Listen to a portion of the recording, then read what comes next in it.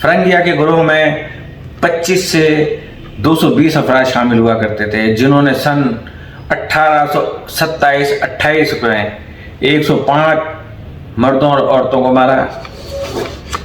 اگلے برس 80 کو اور 1830 میں اپنی گرفتاری تک مزید 48 کو موت کے گھاٹ اتارا۔ 1820 کے عشرے میں ٹھگی اپنے عروج پر تھی۔ ہندوستان پر وہ بہت کڑا وقت تھا، لوگوں کی بدحالی عروج پر تھی۔ پنڈاریوں کے غول جو پوری بستیوں کو لوٹا کرتے تھے بکھر گئے، مرہٹوں کی فوجیں سکڑ کر مختصر ہو گئیں۔ اس کا مطلب تھا کہ سڑکوں پر ٹھگوں کی فوج جے ظفر موج گھوم رہی تھی۔ 18ویں صدی کے آخری برسوں میں جو شدید قحط پڑا تھا، اگرچہ اس نے ملک کی جان نکال لی، مگر اس وقت بھی اتنے لوگوں نے لوٹ مار نہیں کی، جس کا سبب یہ تھا کہ فوجیں بہت تھی اور بھرتی آسان تھی۔ اس وقت ٹھگوں کی تعداد بھی آدھی یا چوتھائی رہ گئی تھی۔ خود ٹھگوں کے اندازے کے مطابق اس پیشے کے مکمل خاتمے میں سرکار کو 1.5 صدی لگی، 150 سال۔ اس دوران ٹھگوں کے ہاتھوں مارے جانے والے مردوں، عورتوں اور بچوں کی تعداد 50,000 یا زیادہ سے زیادہ 1 لاکھ رہی ہوگی۔ اگر دیکھا جائے تو اس دوران جنگوں، قحط اور وباؤں میں مرنے والوں کی تعداد اس سے بھی زیادہ ہوگی۔ یہ بات یاد رکھی جانی چاہیے میرے ویورز کہ ٹھگوں کے ہتھے چڑھنے والا ہر بدنصیب مسافر اپنے پیچھے بے یار و مددگار کنبہ چھوڑ گیا، اور جہاں تک عزیز و اقارب کا تعلق ہے تو ان کے شوہر، بیویاں، بھائی یا بچے صفحہ ہستی سے یوں اچانک غائب ہو گئے کہ نہ کوئی خیر نہ کوئی خبر۔ اکثر یہی ہوا کہ وہ اپنے پیاروں کو بے آسرا چھوڑ گئے۔ یوں دیکھا جائے تو ٹھگوں کے ہاتھوں خلقت نے جتنے دکھ اٹھائے ان کا نہ کوئی حساب رکھ سکتا ہے نہ کوئی کتاب۔ تو یوں سلی مین کا چیپٹر کلوز ہو گیا، اور آج تک وہ سلی مین آباد کا اسٹیشن اور وہ جو گاؤں تھا وہ شہر بن چکا ہے، تقریباً اسی کے نام پہ آباد ہے۔